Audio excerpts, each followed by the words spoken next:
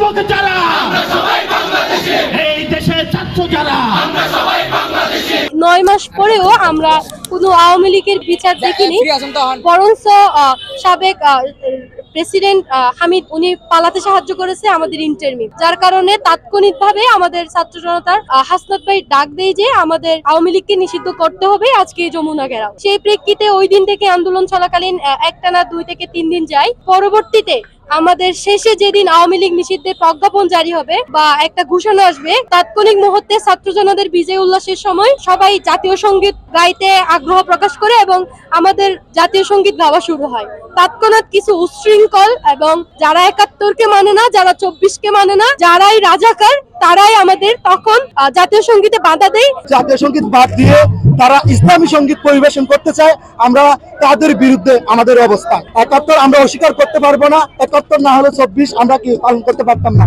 সেজন্য যারা 71 বিরুদ্ধে, আমরা ছাত্র সমাজ সব সময় আমরা 71-এর পক্ষে আছি। যারা 71-কে অস্বীকার করবে, আমরা সব সময় তাদের বিপক্ষে থাকবো। 24-এর স্পিরিটকে লালন করে আমরা এই দেশকে এগিয়ে নিয়ে যেতে চাই এবং সেই সাথে একটাই মেসেজ দিতে চাই, আমরা কোনোভাবেই 1971 সালের রাজাকারের যে উত্তরসূরিদের আমরা কোনোভাবে বাংলায় মাথা উঁচু করে দাঁড়িয়ে দেবো না।